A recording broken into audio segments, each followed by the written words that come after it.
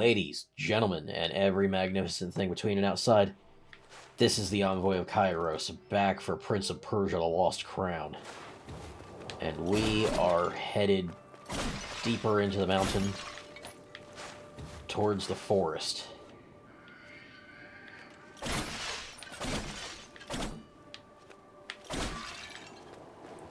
I'm earning a decent amount of cash, but I haven't figured out what to do with it yet.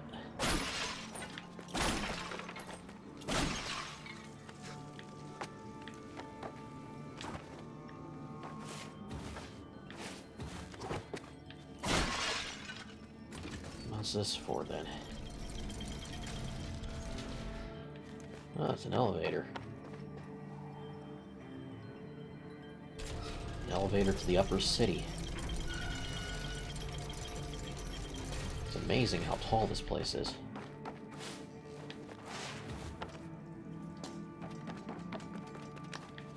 Can't get into there.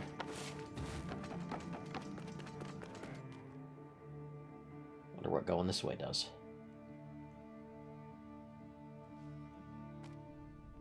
I mean, the bird's guiding us elsewhere, but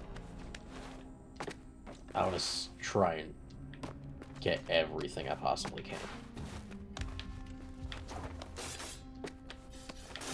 If this is extra stuff, that just means more resources early on.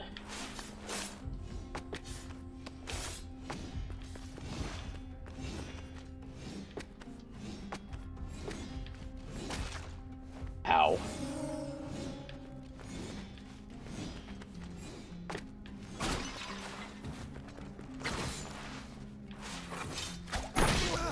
Oh, shit.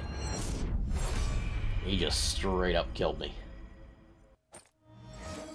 And sent me all the way back to the tree again. Fuck. Climbing back up there is gonna suck. Well, I guess I'll take a moment to just chat with you guys.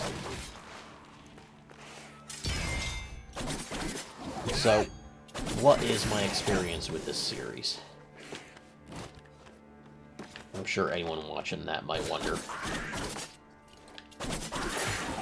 My favorite console back in my early teen years was, of course, the PlayStation 2.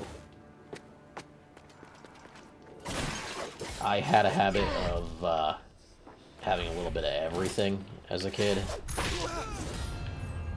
Really? 2 deaths in a row like that? God damn it. My parry timing sucks. But yeah, I tended to have most consoles when I was young, before divorces kind of ruined my family's finances a few too many times. But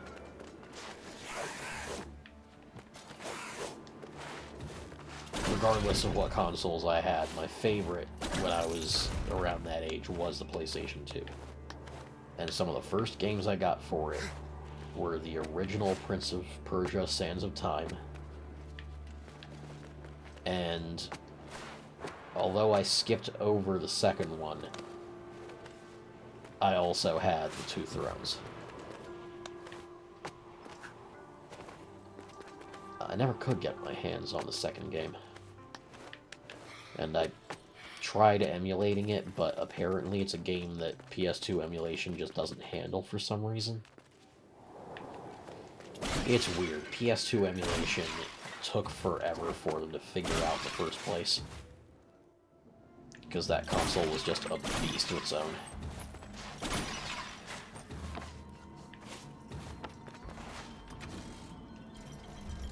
But then, there's some games on it that just don't work still.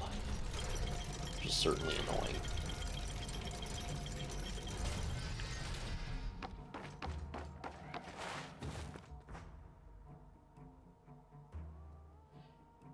But regardless, I absolutely loved the original Prince of Persia: Sands of Time and the Two Thrones.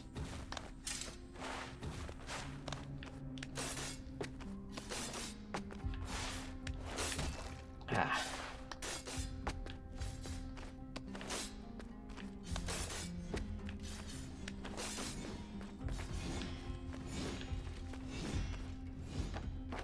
Alright, back where I left off.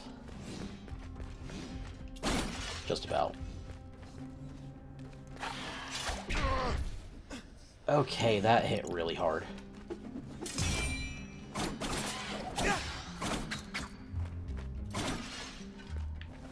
This guy is tough. Ow.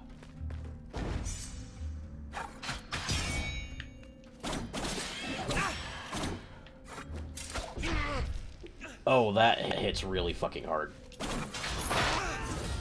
Okay, yeah, I'm not ready to fight that guy. I'm not going that direction again. I'm waiting until I have more health, better weapons, something. But yeah, the original Prince of Persia Sands of Time took me quite a while to beat.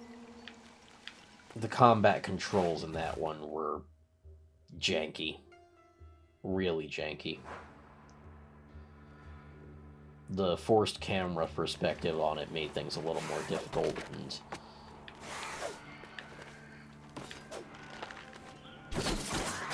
sometimes enemies would just regenerate far too fast. Or they just swarm you with collectives that were impossible to defend against.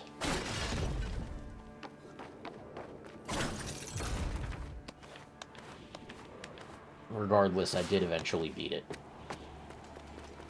And it quickly became one of my favorites for just being one of the first more mature games I had played at that age. Something that really felt like it had serious stakes behind it and emotional investment.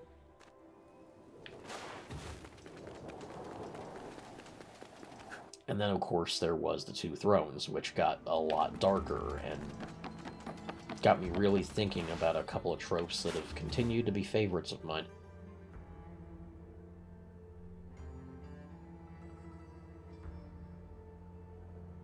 Eventually, I, of course, played The Forgotten Sands and absolutely loved it. I wish I still had that. What do we have here? Doesn't seem to be any way for me to interact with it.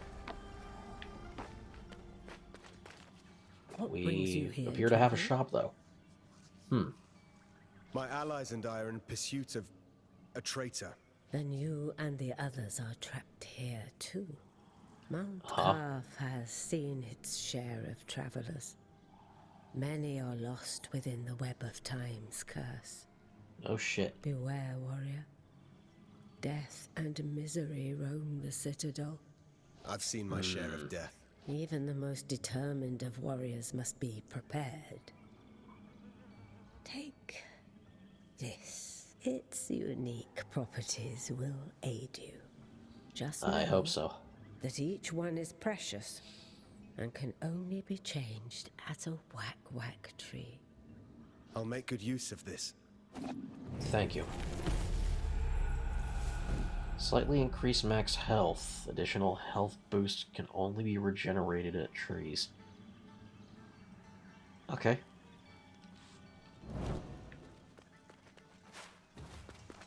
And thankfully there's one right here. And thankfully it's also a newer save point. Equipping that one. And now I have an extra point of health. Nice.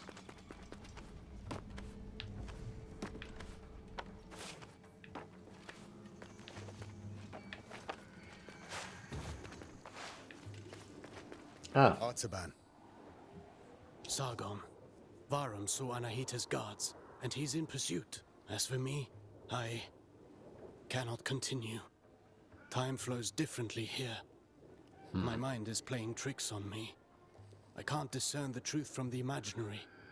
Artaban, thank you for being honest with me. Does this mean you're retreating? I'm not giving in just yet. I intend to serve until my last breath.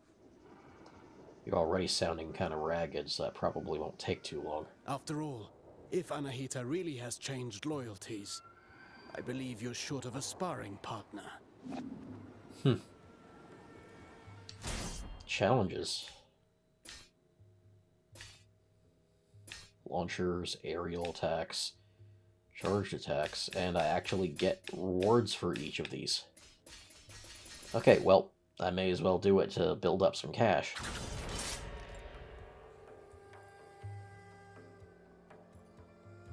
Guess there's going to be little hub shop areas like this all over the place. Let's warm up and review the basics. The basics again. Practice doesn't make perfect. Perfect practice makes perfect. Get in position. Show me how you chain ground attacks. Alright, alright.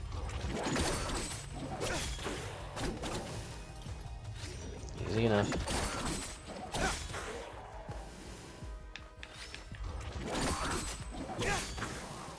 What's next? Very well.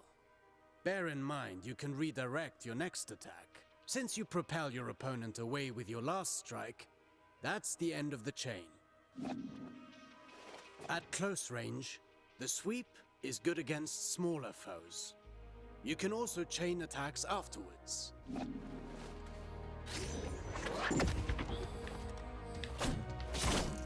Oh. Oops. Okay, that's a nice new move.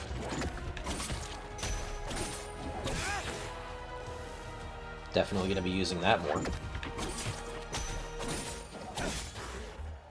An airborne enemy cannot retaliate until they're back on their feet.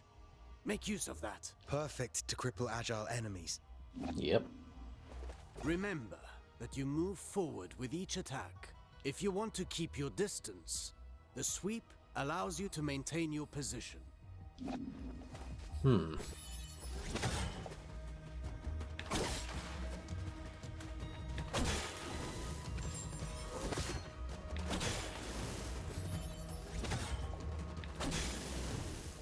This doesn't suit your style, but some situations might require you to take such precautions. Yeah. Precautions? What precautions? My point exactly. Yeah. He's clearly a very reckless fighter. Alright, got the reward for that one. Let's see what launchers I don't know yet, then.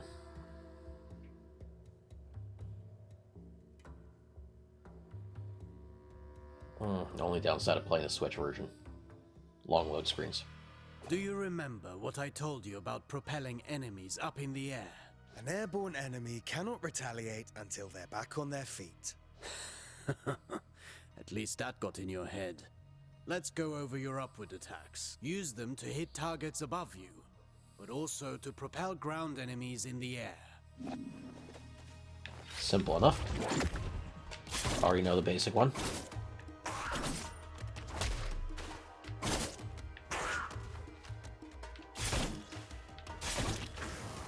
A word of warning.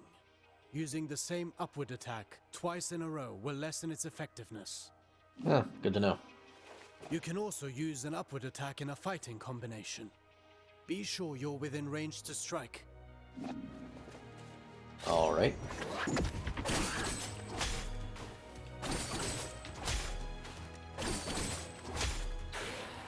Following Easy through juggle. with your attacks lets you stay in the action. Remember, Rashaba. Even a constant wind can carve a mountain. Now then, the forward slide. It's a chance to engage with an offensive advantage. I know that all too well.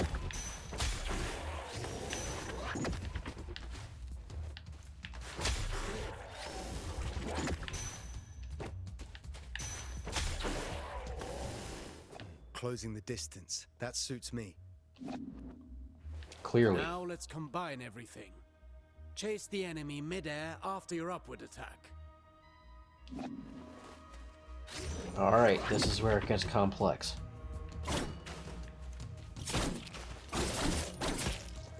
Oh.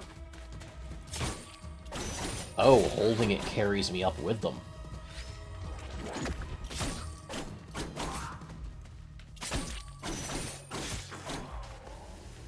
Good to know.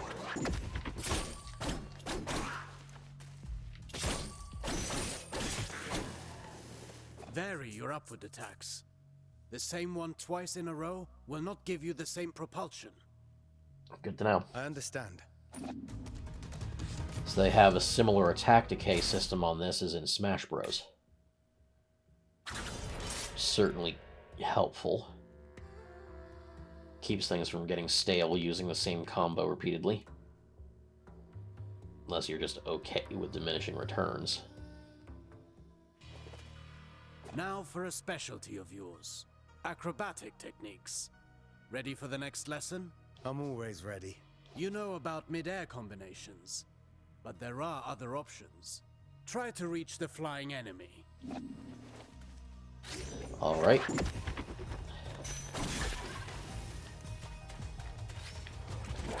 Easy.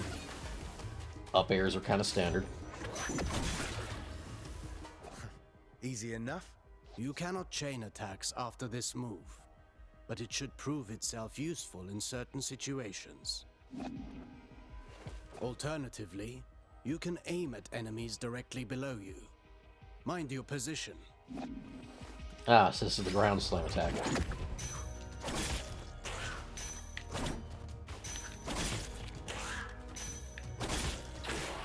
Easy. Now that's a new way to lift up the enemy. You can send the enemy up even higher with aerial combinations, rather than sending them far away. Is this going to chain multiple launches? Wait. Wow. Ah. Almost. Nope.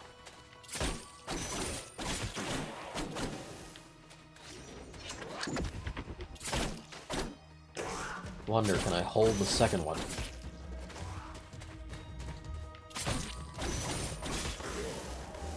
Nah, it doesn't carry me up with them. Valuable. You can save on time or throw your foe towards environmental hazards. Should you see a use for it, you can also send them crashing into the ground, if you prefer. Helm breaker straight back to the floor. Oh yeah.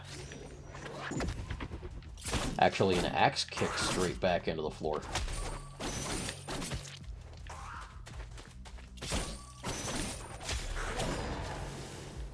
Very nice. Wait. I just came up with something, I gotta try it. Okay, no. Wait.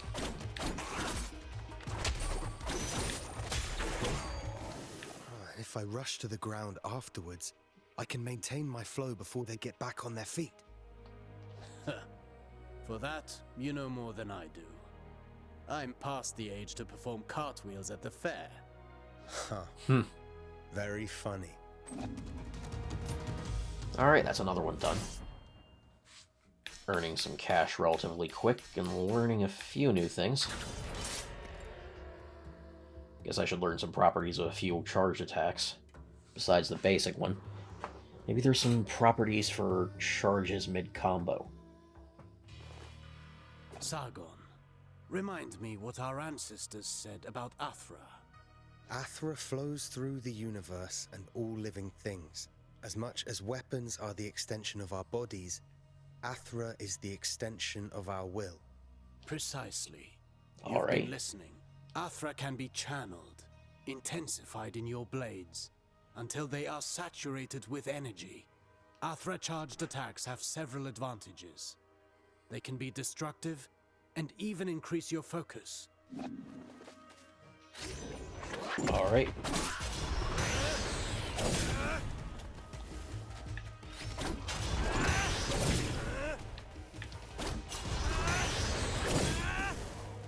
Look at you.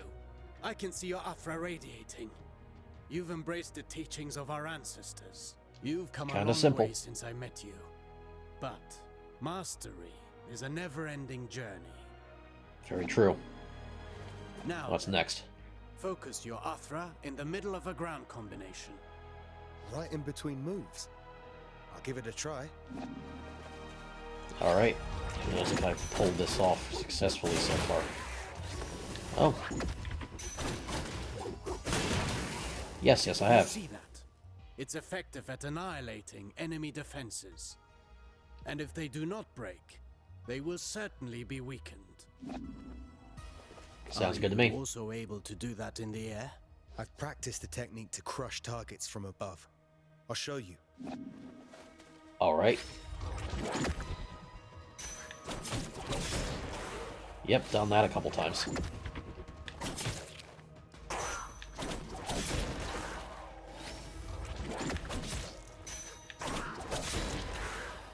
Perfect. These are strong attacks, and they knock back the enemy, marking the end of the combination. With proper training, Athra, the everlasting blaze, is yours to channel and control. Hopefully I can do a lot more with it later. Who knows, maybe I can even buy extensions to my combos.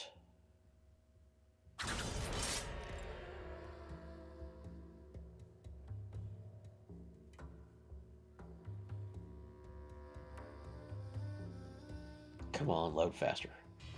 No fighting style rules above all. The greatest combatants understand adaptability. Right. Knowing your opponent's strengths is key to bringing them down. Take massive opponents, for example.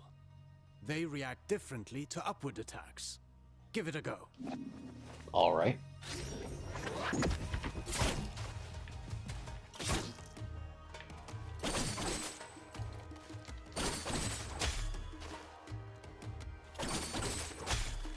Right, so large enemies My only get strikes knocked knock them back. but they're too heavy for me to lift them off the ground. Worse still, some opponents can ignore the recoil of your strikes because of their build or magic. You must be vigilant, as this means they can counterattack during your fighting combinations. Right.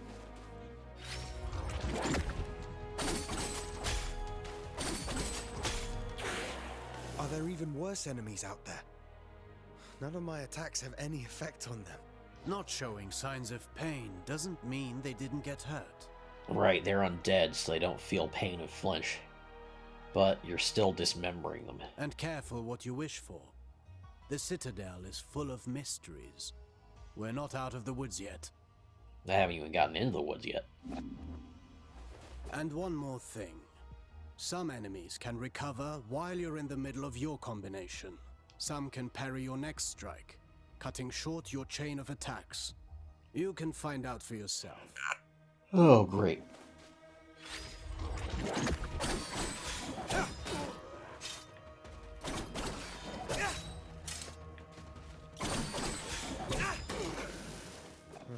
I see more and more the benefit of sending the enemy up in the air whenever that's possible.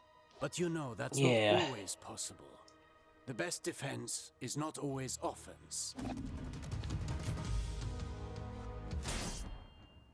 Alright. 4 more lessons to go. Let's see defensive options.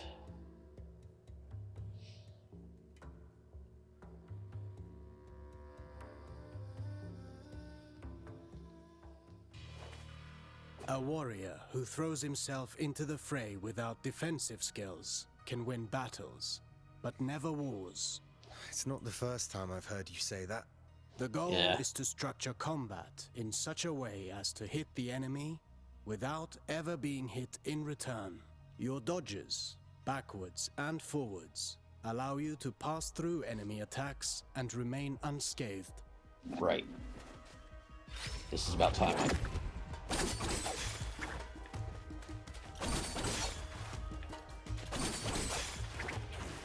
Okay. Your last strike in a ground combination does not allow these actions. The price to pay for power. Okay. You can also end your combination early with a jump.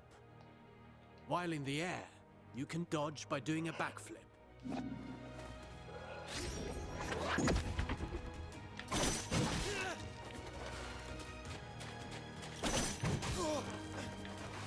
Okay.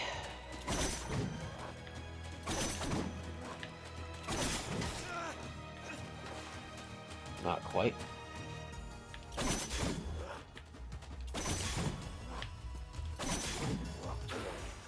Jumping, while chaining attacks, can also be used offensively.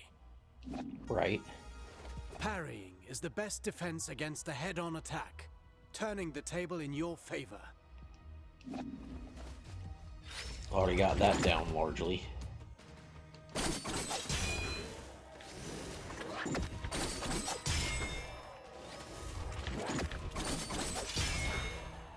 Not all attacks can be parried.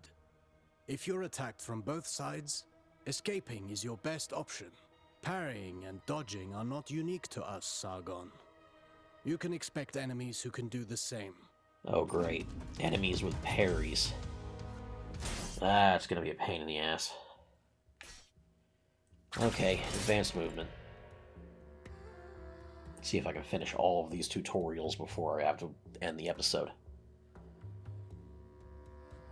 Not much left, so probably. You already know this well, how recovering your balance after striking is when you're most vulnerable. After a successful dodge, the odds are in your favor. Launch a counterattack right at that moment. On it.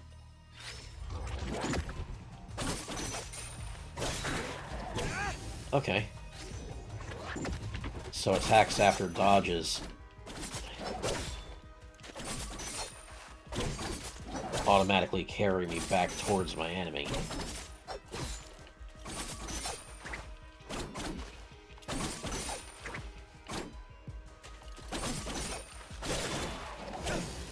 But I have to make sure not to spam the dodge button in a panic.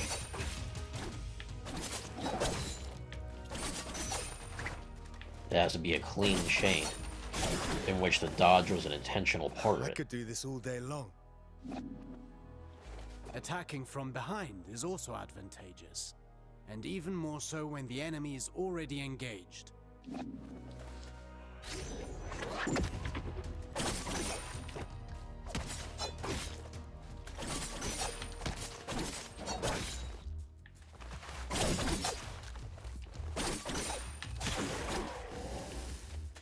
Okay, that'll take a bit to get used to, but...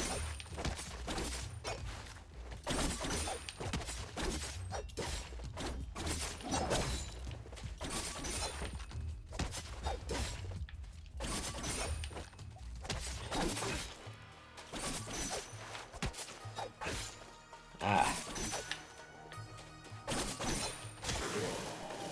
Okay.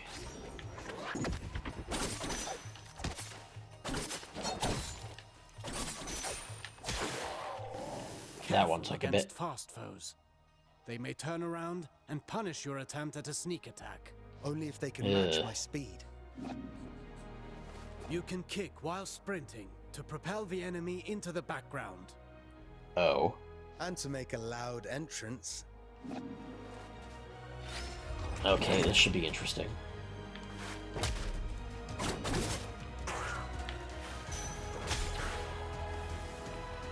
Okay, yeah, I've already done this.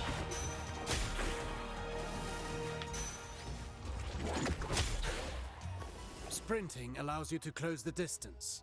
You can still perform an upward attack. As I've done. Alright, 2 lessons to go. Parry.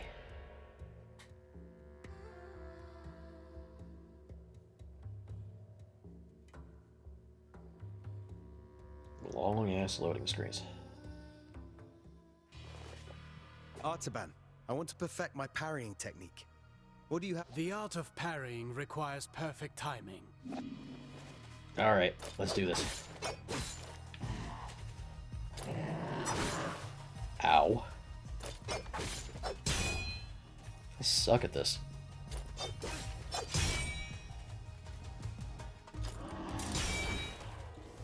Get ready to parry. As you may have discovered, project... Oh yeah, I've done that once. Ow.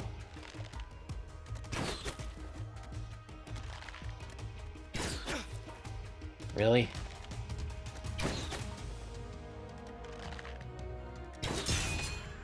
There we go.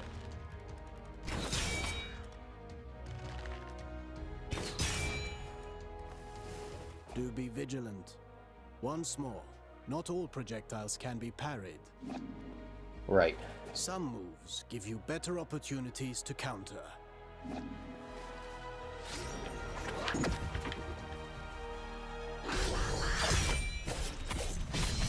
Done that a few times.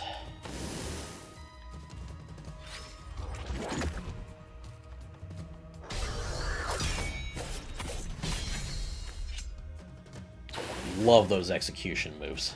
Few enemies are able to recover from your Pretty sure... rush-bar counters. Actually, I named them downburst counters. Whatever you say. Pretty sure that I wish I counter was could actually parry taken any straight attack. out of the previous series. You know that's impossible. Even for me. Fortunately, your senses are sharp. You'll know in advance if an attack can be parried or not.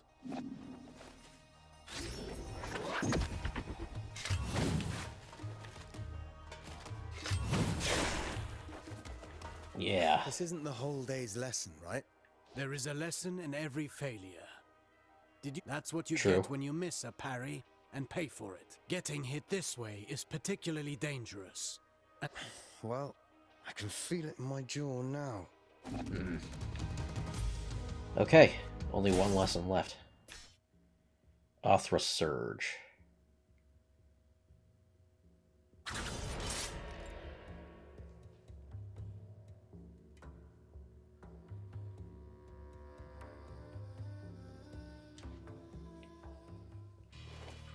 Let's do this.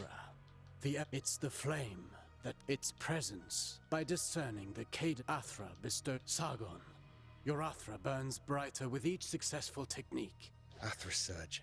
Get in position. Yep, let's go. Get that gauge full.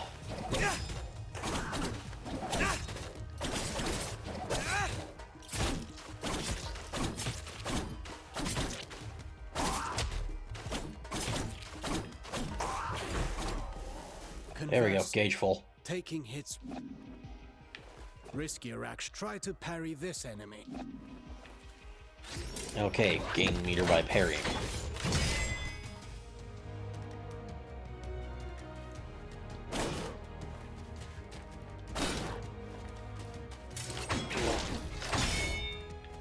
Ow. Okay. Come on.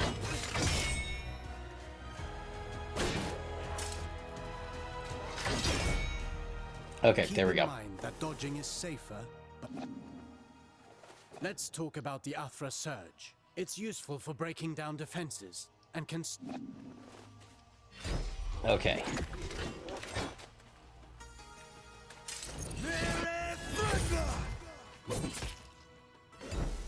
Every warrior prides themselves on developing their. Keep in mind that Athra harnessing. Yes, yes. Alright, that's the last tutorial. Fine work. You now know all the basics. If you learn new moves, I'll come back when I've got new moves. And I've got a new surge unlocked. Nice. And it looks awesome. Alright, I'm gonna go equip that off screen. Ladies and gentlemen, this is the Envoy of Kairos signing out. I'll see you all next time when we head into the forest and see what kind of horrible challenges await us. Later, guys.